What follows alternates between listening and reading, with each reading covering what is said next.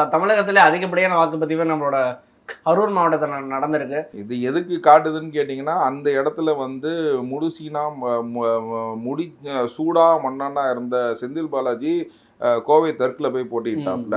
ஓகேங்களா, இவ்வளோ பர்சன்டேஜ் மக்கள் வந்து பவுல் ஆனதை பார்த்துட்டு, ஓகேங்களா, இதுக்கப்புறம் நம்ம வந்து அங்கே போகிறதே வேஸ்ட்டுன்னு சொல்லிட்டு தன் வாக்கை கூட பதிவு செய்யாமல் அங்கேயே தங்கிக்கிட்டார். ஓகேங்களா, ஒரு எம்எல்ஏவா இருக்கிறவன் புரிஞ்சுங்களா, போய் பதிவு செய்யணுமா இல்லையா? வாக்குங்கிறது எவ்வளவு முக்கியமான ஒரு விஷயம். அதை போய் பதிவு செய்யணுமா வேணாமா? அப்படிங்கும் போது அதை தவிர்த்து நீ அதே இடத்துல தேங்கி அங்க நிக்கிற அப்படின்னு கேட்டீங்கன்னா, இதே அவங்க மனநிலையை தெரிஞ்சு போச்சு. புரிஞ்சுங்களா, இந்த வாக்குப்பதிவு எப்பயுமே வந்து பாத்தீங்கன்னா தமிழ்நாட்டில் வந்து இதுக்கு முன்னாடி அதிகபட்ச வாக்குப்பதிவு எப்போ நடந்துச்சுன்னு கேட்டிங்கன்னா 2011 நடந்துச்சு. அதாவது 2006லேருந்து 2011 வரைக்கும் வந்து பார்த்திங்கன்னா திமுக அரசு ஆகுது. அதுக்கப்புறம் வந்து எலெக்ஷன் வருது. அந்த எலெக்ஷனில் வந்து பார்த்திங்கன்னா திமுக 3வது இடத்துக்கு தள்ளப்பட்டுச்சு. அன்றைக்கி வந்து அதிமுக டிஎம்டிகே வந்து எதிர்கட்சியாக வந்துச்சு. அதுக்கப்புறம் வந்து பார்த்திங்கன்னா திமுக 3வது இடத்துக்கு போச்சு.